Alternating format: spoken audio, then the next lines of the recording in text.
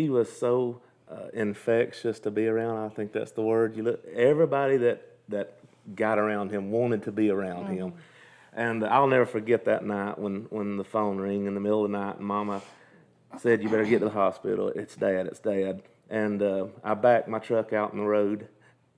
And when I pulled it down and drive, it's like I felt the Lord wrap his arms around me. And he said, "Just settle down, son. I've got this. Everything's going to be okay." And I knew in that moment that was it. He wasn't coming back home. And it's like the Lord was preparing me to be strong for the family and be there for them. I went on to the hospital, and I got to hold his hand.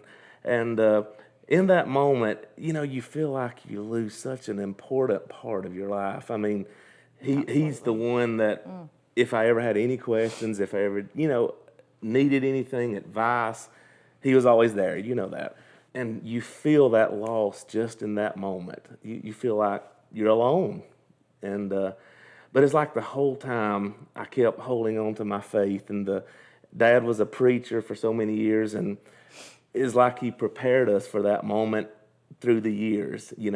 Be ready to fully lean on the Lord.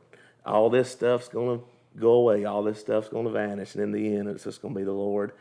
And so that was really the strength through all of it that got us through it. And then knowing, if in this life only we have hope, we're of all men most miserable. Yes. Our hope is not in this world. My hope is seeing him again, knowing I'll see him again, knowing I'll see him again.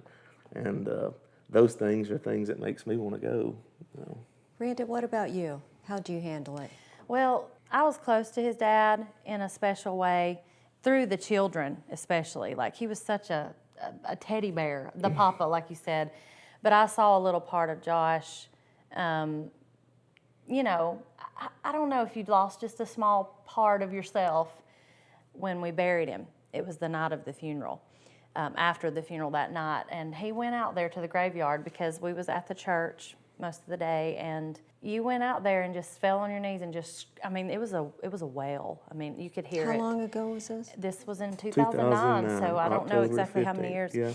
Yeah, and I'd held together.